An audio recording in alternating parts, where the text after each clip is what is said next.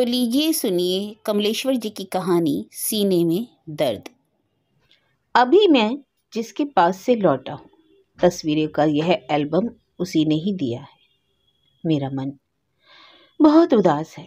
इस वक्त मैं सिर्फ तकिए में सिर छिपाकर चुपचाप लेटा रहना चाहता हूँ और चाहता हूँ कि कॉटेज की सीढ़ियों पर किसी भी मरीज की आहट ना हो, ना कोई फोन आए और ना इमरजेंसी का कोई केस। पर रात के राउंड पर मुझे जाना होगा।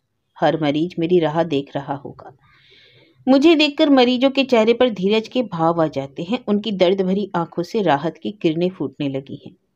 किरणें, पर मुझे देखकर किरण अधीर हो उठी थी। बिस्तर से तो नहीं उठ पाई, पर उसके चेहरे पर दर्द की छायाएं और भी गहरी हो गई थी। साफ तकिए पर किरण सिर रखे चुपचाप लेटी थी। उसके वही भूरे भूरे बाल एक तरफ से ढीले होकर माथे पर उठे हुए थे और बहुत ही ढीले बंधे हुए रूखे रूखे जुड़े के बाल पंखे की हवा में रेशमी डोरों की तरह फिसल रहे थे। मैंने उसे दरवाजे से घुसते ही देखा तो वह एकाएक बहुत विचलित सी हुई, फिर धीरे से मुस्कुराई और उसकी थरथराती हुई उंगलियों ने माथे पर आई पसीने की बूंदों को हल्के से पोंछ लिया था। कुछ क्षणों बाद स्थिर होते ही सबसे पहले उसने कहा था, रिसीवर नीचे रख दो। मुझे कुछ बुरा भी लगा था और किरण की पुरानी आदत की भी याद आ गई थी। जो बात गैर जरूरी होती थी उसे वह पहले करती थी और जरूरी को बाद में।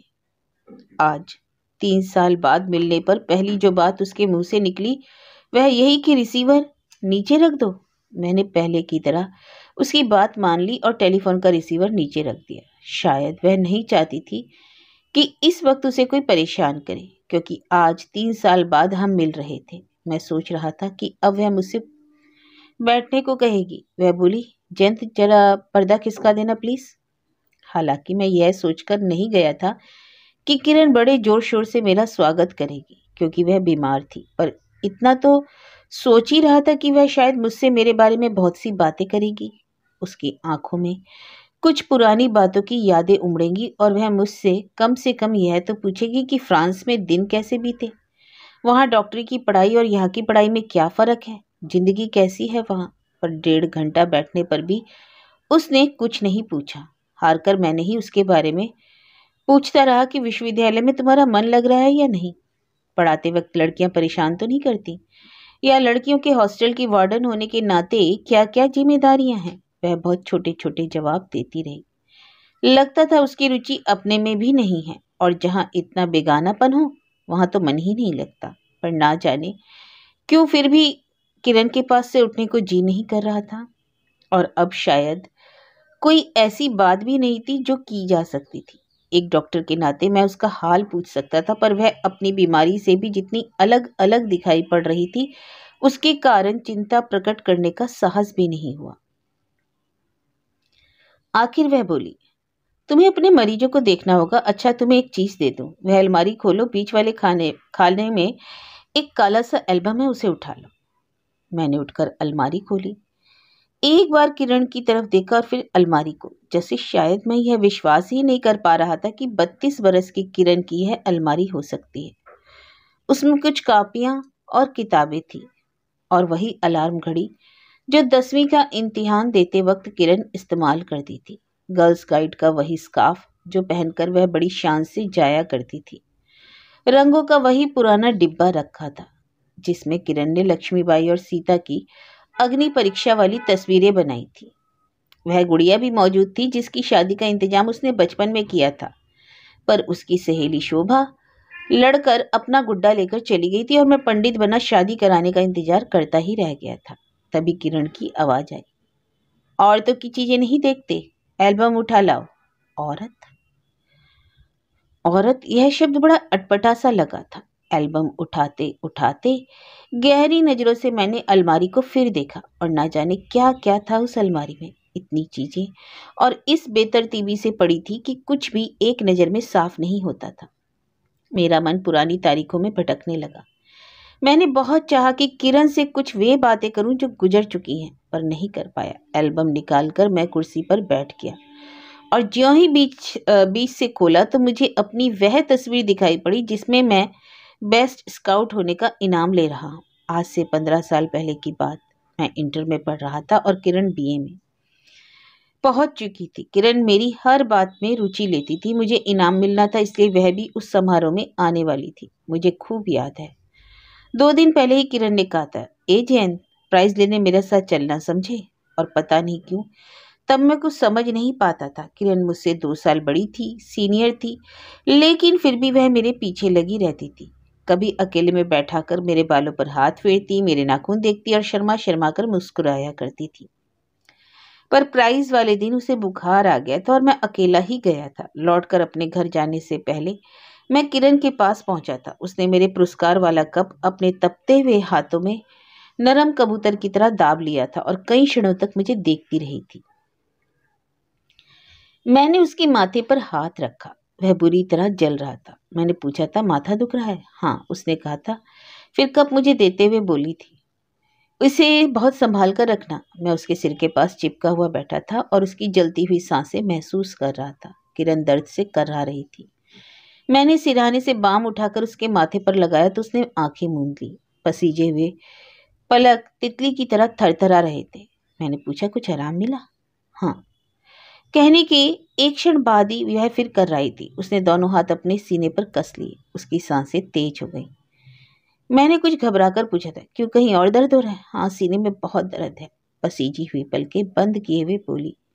मैंने उसकी गर्दन के नीचे सीने पर हाथ रखते हुए कहा, यहाँ और नीचे, और मेरे हाथ बढ़ाते ही चिटकिनी के बटन ढीले टाकों की तरह खुल गए और किरण की पसीजती गर्म देह की गहराइयों ने मेरा हाथ कांप कर जड़ हो गया।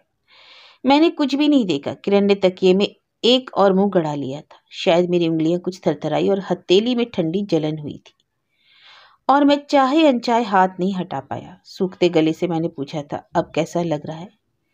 राहत सी मिलती है। उसी तरह मुंह गड़ाए गड़ाए किरण बुदबुदाई। पता नहीं कब मेरा हाथ उसके हाथ में चला गया और उसने मेरी हथेली अपनी आंखों पर दबा ली। फिर नीचे सरकाकर उसने अपने होठों पर फेरती रही। मेरी उंगलियों के पोर उसकी पसीजी बंद पलकों पर कांपते रहे थे। मेरे जाते वक्त भी उसने आंखें नहीं खोली थी। उसके बाद जब भी मैं उससे मिलता बेहद निकटता महसूस करता और उसके बाद बहुत नजदीक सटकर बैठने की कोशिश में ही रहता। और एक दिन जब वह कुछ उदास थी, मैंने पूछा, क्यों, क्या हुआ? इससे ज्यादा पूछ सकने के लिए शब्द नहीं थे मेरे पास, पर इन सीमित शब्दों में कुछ छिपा हुआ था। किरण कराहने का अभिनय करके मुस्कुरा दी और उसके बाद मुझे डॉक्टरी पढ़ने के लिए उसी ने उकसाया था और मैं 2 साल बाद लखनऊ मेडिकल कॉलेज में चुन लिया गया था। सरकारी वजीफे पर विदेश जाने की बात उठी तब किरण ने ही बहुत जोर देकर मेरी अर्जी भिजवाई थी और मेरी उम्मीद के खिलाफ मुझे जाने का अवसर मिल ही गया था। उन्हीं दिनों मेरी शादी के लिए कुछ तस्वीरें आई थी और माँ से लेकर मुझे किरण ने ही एक एक तस्वीर दिखाई थी और बोली थी, क्यों, कोई है तुम्हारे लायक? मैं देखता रह गया था। एक तस्वीर की ओर इशारा करके मैंने मजाक में कहा था, यह बुरी तो नहीं है? तब किरण के चेहरे पर कुछ ऐसे भाव आए जैसे वह मुझे परख रही हो। फिर धीरे से बोली, ये तस्वीरें माँ को लौटा देना। मैंने इनकार किया तो वह लेकर चली गई। धीरे धीरे ऐसा लगा कि किरण की छाया मुझसे दूर होती गई और जब भी वह मुझे देखती तो मेरी आंखों में वह कुछ खोजने की कोशिश करती और खामोश रहती। उसकी वह खामोशी मैं फिर तोड़ नहीं पाया। विदेश से लौटने के बाद सिर्फ यही पता चला कि किरण ने शादी से इनकार कर दिया है और किसी विश्वविद्यालय में लेक्चरर हो गई है। आज इलाहाबाद के इस अस्पताल में आए हुए मुझे 10 महीने से ऊपर हो रहे हैं, पर मुझे किरण की याद नहीं आई। माला यही थी, शायद इसलिए भी जब से माला कुछ दिनों के लिए घर गई है तब से रोज मुझे किरण का ध्यान आता था, पर मैं उससे अकस्मात ही मिलना चाहता था, लेकिन ऐसा नहीं हो पाया। और आज सुबह जब मैं अपने को रोक नहीं पाया तो मैंने उसके विभाग में फ़ोन किया और मुझे पता चला कि वह बीमार है और अपने हॉस्टल के कॉटेज में है। पता नहीं क्यों मैं चलाया। कभी कभी पुरानी यादें लंबी दूरियों तक खींच ले आती हैं और बड़ी पीड़ा दे जाती हैं। वहां बैठे बैठे किरण ने मुझे एल्बम आगे खोलकर नहीं देखने दिया। मैं निस्तब्ध उसकी ओर देखता रहा। उसकी आंखों में जैसे दर्द के बादल घुमड़ रहे थे और उसने अपना मुंह तकिए में गड़ा लिया। मैं नहीं जानता कि किरण के बारे में क्या सच है और क्या झूठ, पर इस तरह लेटे देखकर मेरी आंखें भर आईं और मैंने पूछा, तबीयत कैसी है? किरण ने अपनी फूलती सांस को संभालते हुए बस इतना ही कहा, बहुत दर्द है सीने में। और यह उसका दिया हुआ एल्बम सामने खुला हुआ है। इसमें मेरी ही तस्वीरें लगी हुई हैं। यह मेरा इतिहास है, बचपन से विदेश जाने तक का। इस एक पन्ने पर अखबार की वह कटिंग भी लगी है जिसमें मेरा चित्र छपा है और विदेश जाने की सूचना है। डिग्री वाली तस्वीरें हैं। किरण की जितनी तस्वीरें मिल सकी वे सब समयानुसार लगी हुई हैं, जैसे कि वह खामोशी से मेरे जीवन के हर कदम का अनुसरण करती रही है। इस पृष्ठ पर वे तस्वीरें हैं जो मेरे विवाह के लिए लड़कियों के घर वालों ने भेजी थी, और इसी पृष्ठ पर एक कोने में एक तस्वीर की जगह खाली है। कोने लगे हुए हैं पर तस्वीर नहीं है। मैं चुपचाप लेटा रहना चाहता हूँ, कुछ भी करना नहीं चाहता था।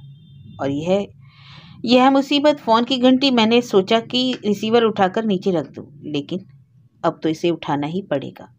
हो सकता है किरण का हो। मन कहता है उसी ने फ़ोन किया होगा, क्योंकि वह सामने कभी ज़्यादा बात नहीं करती।